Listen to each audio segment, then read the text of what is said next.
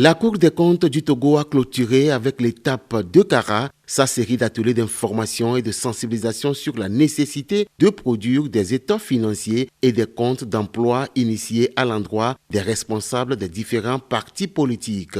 Une quarantaine de ces acteurs des régions centrales de la Kara et des Savanes a pris part aux travaux les 25 et 26 octobre 2022. Toute institution qui gère les fonds de l'État doit pouvoir rendre compte.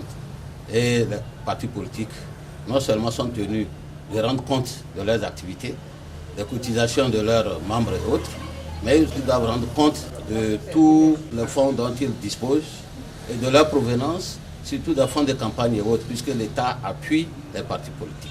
C'est pour cela que la Cour, après avoir formé les autres acteurs, a décidé de former les partis politiques. La démarche de la Cour des comptes s'explique par le constat selon lequel beaucoup de candidats aux élections méconnaissent leurs obligations légales vis-à-vis de la Cour. Des sanctions sont prévues en cas du non-respect de ces obligations. Il n'y a pas de droit sans obligation et il n'y a pas d'obligation sans sanction.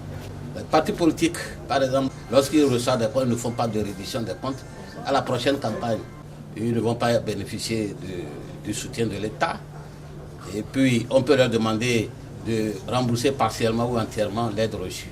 Ou on peut cumulativement leur porter les deux sanctions, ce qui est lourd. La rencontre de Kara intervient après celle du Grand Lomé et de Thiévié. Elles sont financées par la Banque mondiale et l'Union européenne.